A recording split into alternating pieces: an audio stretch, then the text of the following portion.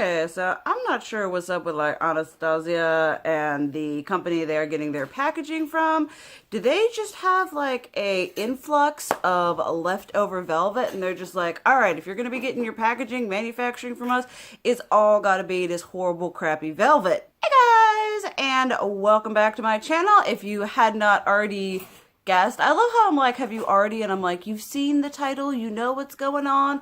We are doing a review on the new Anastasia Beverly Hills Soft Glam palette. Now this palette has received a fair amount of like heat and controversy because people are like, oh, it has so many like shades that are already in other palettes, and Nirvana has come out and said this is a more bridal palette, it's more soft, it's whatever. But I'm just going to be giving you all guys my review on this. It is what I am wearing on my eyes today.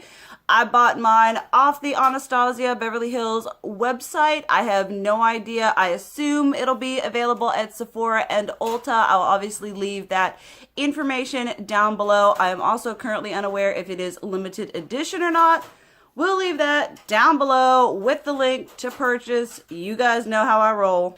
This palette is going to run you the usual Anastasia price of $42. You are getting 14 shades, and Anastasia is like really weird with like how much whatever. I don't know if they're just really teeny tiny, but you are getting net weight of 0.74 grams, and they are 0.02 ounces each. I don't know. But inside you have a really nice variety of mattes and shimmers. I do love the ratio of this as compared to their not newest anymore, but the Prism palette, which had a wide variety of not very universal shimmers, but this one you get a huge amount of mattes, which I love and appreciate, and you also have some really beautiful shimmers as well as these two kind of more metallic foiled shades. But we're gonna swatch this bad boy now, and I'm gonna tell you guys my experience with this, and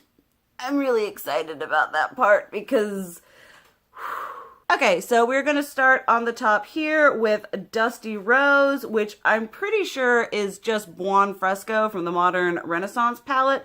This is Tempera, which we have also seen in the Modern Renaissance palette. Gonna see here. My swatches are going to be horrible. Yeah, those are awful. You got to do what you got to do, but the mattes are super smooth. They blend amazingly. I was like, oh, I was feeling it. And let me tell you, this is fairy right here and glistening right here. These shimmers do not play. Not at all. I don't know if you're going to be able to see accurately, but they are so like foiled and metallic. Unlike a lot of shimmers we've been seeing recently, you do not need a tacky primer, glitter glue. These just go on beautifully by themselves, and that is what I want from a shimmer. And burnt orange and orange soda and hair. These bad boys are right there. I know this is just like so freakishly awkward, but oh well. I do absolutely love these shades, and everything is looking amazingly washed out, but whatever. We make it work. And then we have Sienna right here and Rose Pink. These shimmers, you're touching them, and it feels just like the smoothest velvet that like ever existed. Ooh, that's really close together, but look how pretty it is. Look, I'm getting really close. Can you see my pores? Can you count my pores? Count my pores. But they're just so pretty and soft and amazing. And then we have Rustic right here and Sultry.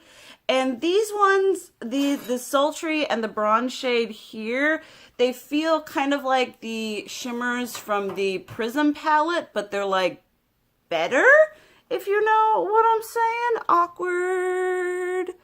Whee. Oh, look at that bad boy right there. Hello. Like freakishly awkward, but oh well. Then we have Cypress Umber, which we've seen I think multiple times, and bronze, which is more, it's bronze, but it's really, really, really gold. And I'm like, awkward here. Hello. Okay.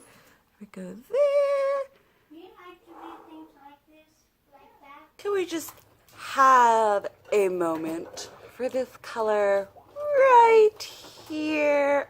It is so pretty. And on to the last two, Noir, which is a black, which honestly might be a contender for my new favorite black, which has always been Kat Von D. But here we have them there.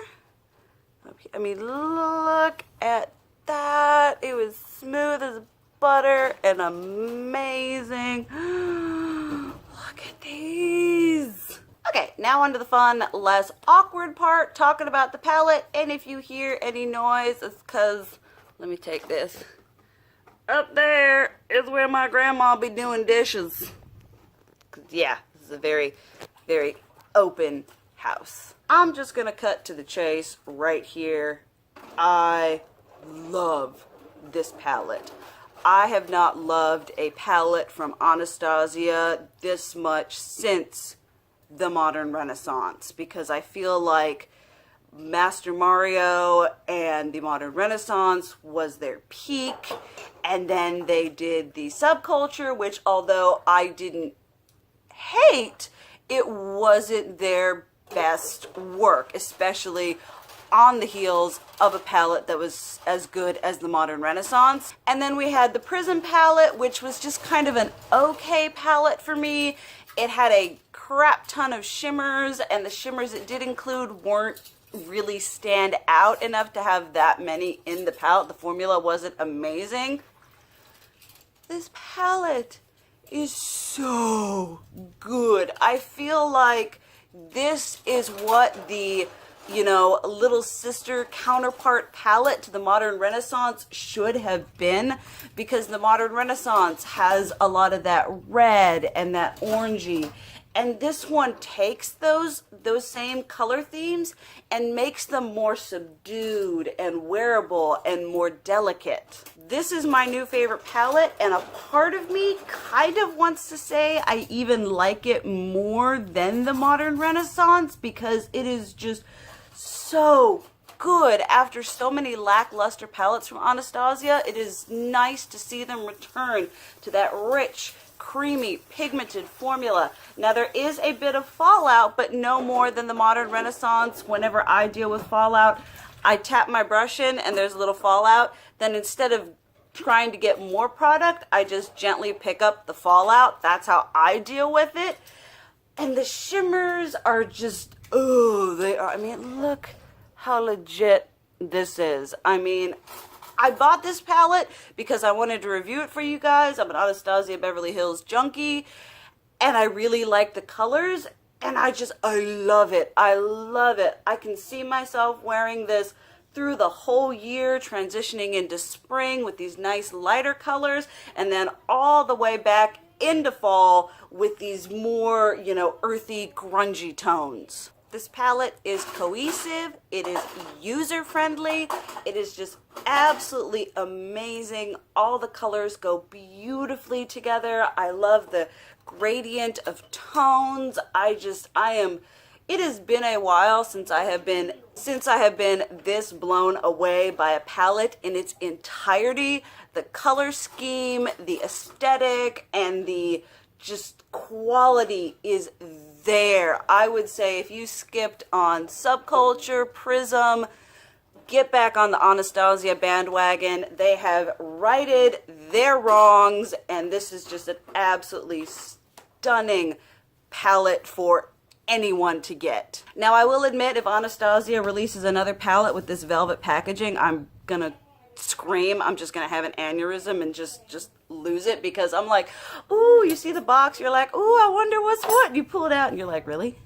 Really? I mean, anything can't be worse than the Prism palette, which was black velvet. Like, why? All right, so there was that review. Definitely very glowing. I know for a fact that this is going to be a favorite of 2018 for me. I just absolutely Love this palette. It works beautifully. It is back to that amazing Anastasia formula that we know and love, and I would definitely recommend picking this up. As always, thank you guys for watching. Thank you for still dealing with me with the weird sounds and the background. But that's why I love you guys, because you suffer through with me through everything that I am dealing with. I hope you enjoyed the review. I love you. And as always, keep it real. Mwah!